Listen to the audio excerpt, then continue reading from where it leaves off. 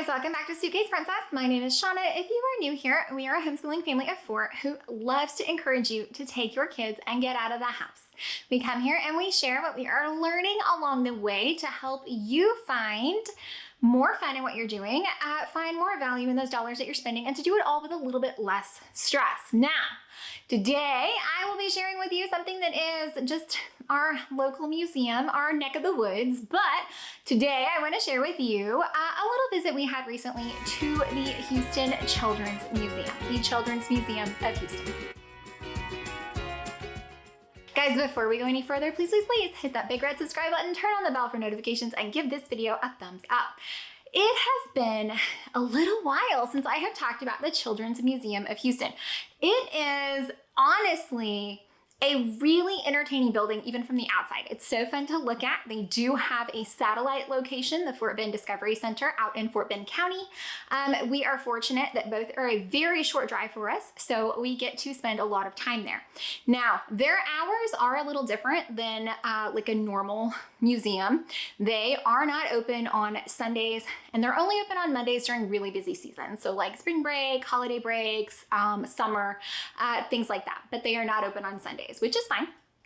Their hours are also a little different. It's usually, I think it's like 10 to 6, but it is one of the museums that's included in Thursday afternoons. You can actually go and visit a lot of the museums in the Museum District of Houston for free or significantly reduced cost. So it is an opportunity if you cannot afford. I think adults right now are $15 and kids are $14, and kids is anyone over a year old. And then there is like, I think a military price and a senior's price. But we actually just maintain our membership, which is really great because as homeschoolers, they did recognize us as educators and gave us the educator price, which was really nice because not a lot of places do that. So that was really nice that they are able to do that for us. It helps us out an absolute ton, and we are able to go during the weekday. Now, we did go on a Friday, our most recent visit. Totally not expecting anything big or exciting to be going on, but I think because it was the last Friday before Houston ISD started back in person, they did have a character meet going on. So we did get to see Branch and Poppy from Trolls, which was super fun. And they usually have crafts outside. They do have it set up where like if you get in, no kids are like running out on their own, which is great. They have for older kids, which I think is really nice. And we did get to do this in the last month because it was actually a free member perk, but like a secret spy thing. And so you like sign up and there's missions to complete all over the museum and you're just running all around and getting things set. It's really fun and like covert. They have a little miniature ropes course, which is really great. They have what's called the Power Tower, which is like a climbing structure. It's like 3 stories tall. So fun. They did used to have what's called the Tot Spot up on the top floor. I don't think it's been open since the whole, you know, things are very contagious time of our lives, but it was always, I think it was like 36 months and down. So neither one of my kids ever got a huge benefit out of that, just because it was kind of, they aged out quite quickly.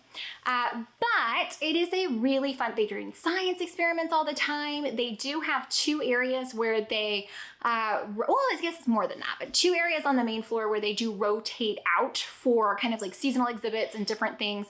They have an area that is like based on a foreign country that they do rotate out, like different cultures, even though they have not rotated it out in quite a while. Crafts projects in the main area. There's like a little like kid city that has different things you can do, which is so fun, sponsored by local businesses.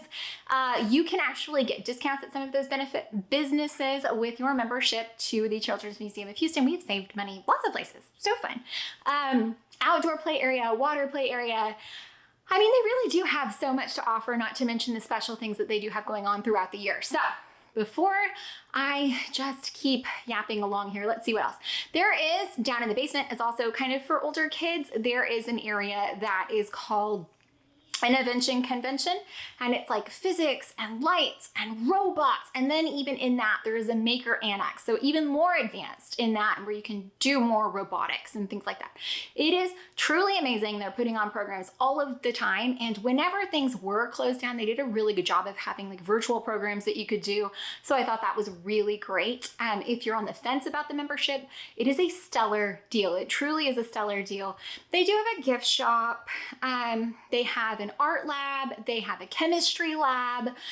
We have been able to do so many fun and amazing things at the Children's Museum of Houston, so we appreciate being able to go as frequently as we would like to, or pop over for special events.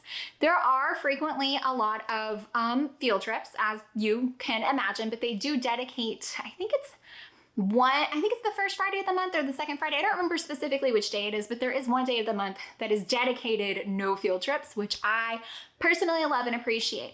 They have a full, hot food cafe. They have a library, a lending library where you can go in and do research and check out things for your kids. It is a wonderful, wonderful asset to have here in Houston. It's another one of those benefits that we get, I think, by being so close to a major city. If you get the opportunity, be sure to go.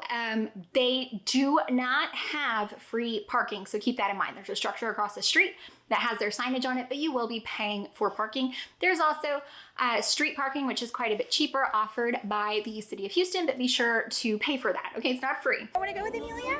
No? Okay. I love your shirt. It almost Are you sure? blue? Okay. You're right. We're best friends now, right? Hey, her shoes are blue. Oh, there you go. You want to go? Fine. You win. No. Okay. Perfect. I'm just gonna scoot in. There you go. Yeah, just get in there close. I don't know what it is. It's always the guys, right?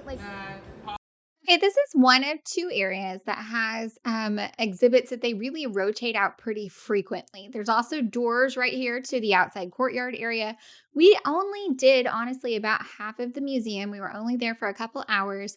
There's so much to see and do. You honestly can just spend hours and hours. Here's Kidtropolis. Love it. There's the Powered Tower, which is so fun because they can, as you can see, climb up or down. It's gorgeous. It's kind of like a fun art piece. If your kids are familiar with Cyberchase, there is an entire area all about math, all about probabilities and fractions and fun things for them to do and play and touch, and it makes noise and it lights up, which every kid absolutely loves. There's also so much geared toward physical activities at this museum, which I absolutely love. It gives the kids an opportunity to kind of like move around. And here they are actually using the balls to play a song. And I think they set up for the Cyberchase theme song. You will get to hear it in just a second, but it all works on a grid and pattern.